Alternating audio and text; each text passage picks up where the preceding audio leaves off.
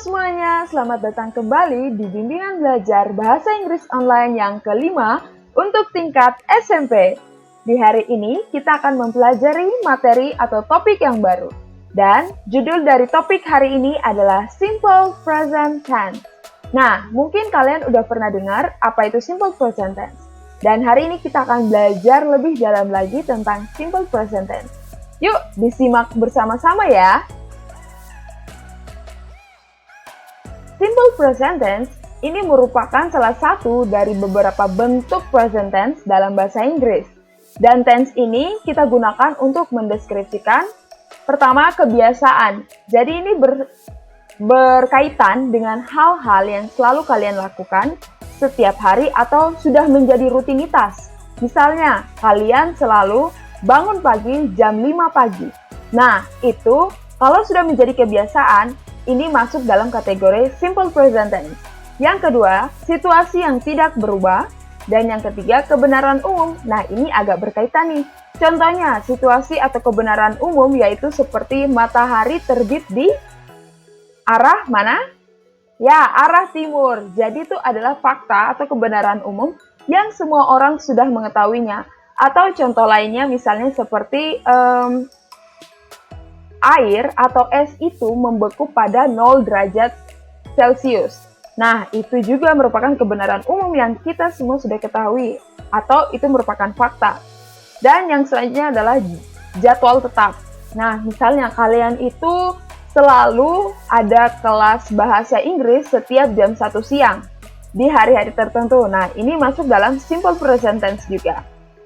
Yang selanjutnya, simple present tense sangat mudah untuk dibentuk. Contohnya ini kita menggunakan kata-kata dasar dalam kata kerja. Contohnya I take, berarti you take, we take, they take. Yang selanjutnya bentuk orang ketiga tunggal selalu menggunakan s di akhir kata dasar ya. Jadi orang ketiga tunggal itu seperti he dan she. Nah, mereka ini, he itu laki-laki, she itu perempuan. Ingat kan? Dan mereka itu selalu ditambahkan s untuk setiap akhir dari kata kerja mereka.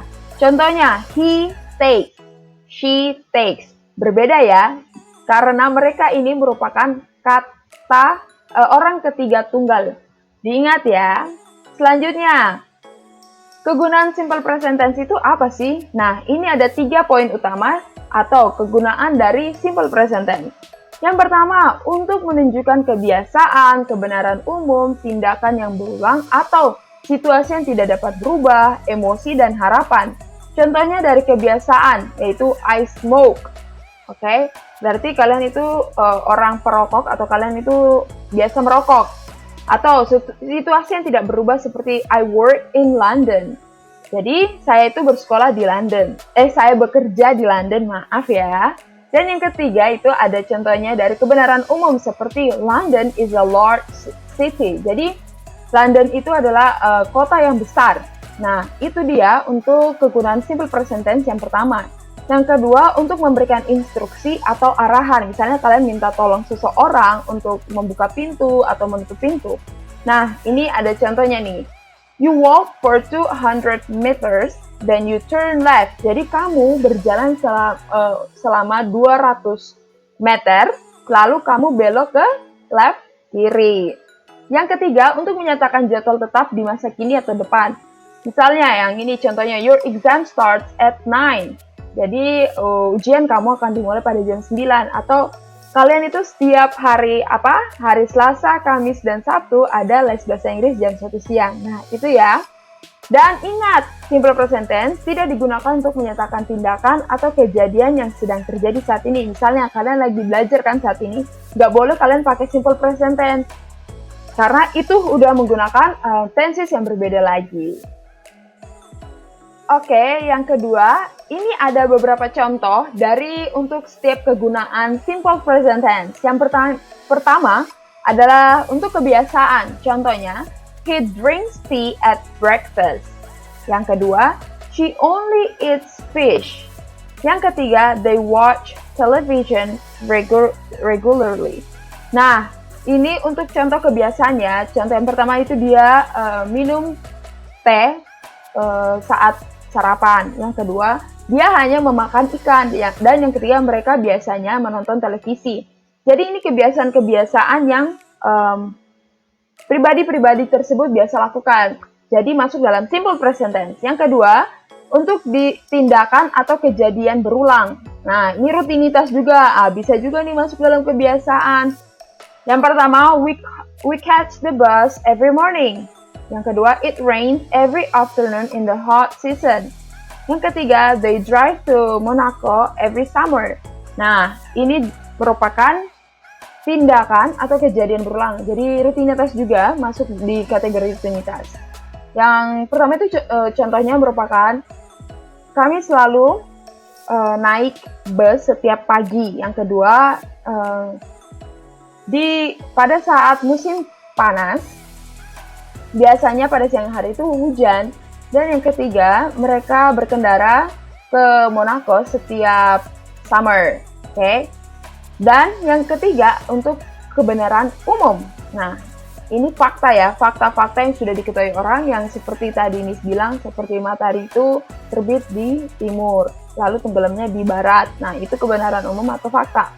Contohnya, ini water freezes at 0 degrees. Jadi, air itu membeku pada 0 derajat. Dan the earth revolves around the sun. Oke.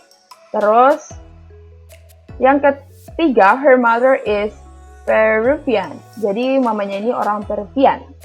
Number 4, untuk instruksi atau arahan nih, kalau kalian kasih arahan ke orang, misalnya minta tolong orang atau ngasih tahu cara membuat sesuatu, kalian pakai simple present tense. Misalnya, open the packet and pour the contents into hot water. Then you take the number 6 bus to Whitney and then the number 10 to Bedford. Jadi kamu naik bis nomor 6 ke Whitney, terus kamu naik bis nomor 10 ke Bedford. Nah, yang kelima untuk jadwal tetap. Misalnya, his mother arrives tomorrow, atau our holiday starts on the 26th March.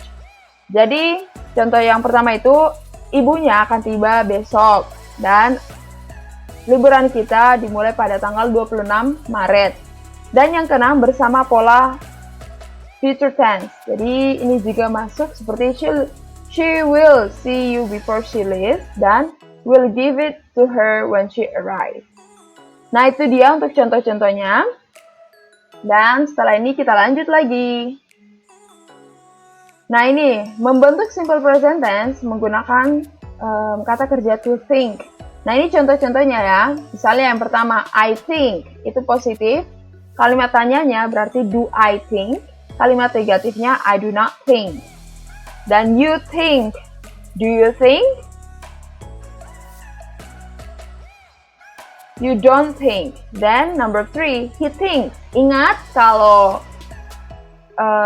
ini subjeknya she, he, dan it, atau orang ketiga tunggal, mereka ditambahkan s di belakangnya ya, setelah kata kerja. Kata kerja itu verb. He thinks, does he think? He doesn't think. Nah, kenapa ini nggak pakai s? Karena do-nya ditambahkan es. Jadi ini sudah mewakilkan s-nya di do menjadi does, oke, auxiliary-nya. Dan yang keempat, she thinks, does she think? She doesn't think. Jadi ini sama juga ya. Dan it thinks, does it think? It doesn't think. Nah, kalau we dan they sama seperti yang nomor 1 dan 2, nggak pakai s dan tetap seperti biasanya. Oke, yang selanjutnya adalah orang ketiga tunggal. Nah, orang ketiga tunggal yang tadi nih kita bahas ada she dan he.